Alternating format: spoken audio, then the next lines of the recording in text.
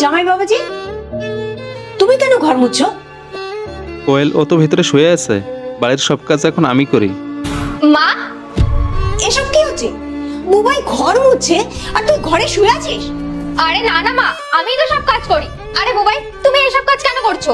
আরে তুমি এসব কি করছো? মা যখন এসে গেছে তাহলে মাকে সব সত্যিটা বলো, মা জেনে যাক।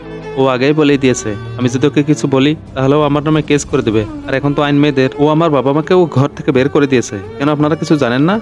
ও আপনাদেরকে বলেনি? মা, এটা আমাদের বাড়ির ব্যাপার, তুমি এর মধ্যে ঢুকো না। কি হয়েছে?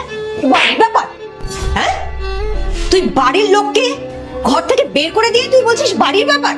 অনেক হয়েছে মা, আমি আর পারছি না। ওকে এখান থেকে নিয়ে যান। ও যদি আমার নামে কেস করে করুক, আমি জেলে থাকতেও রাজি। আমি এই কষ্ট আর সহ্য করতে পারছি না। ওকে আমি বাবা নিয়ে যাচ্ছি।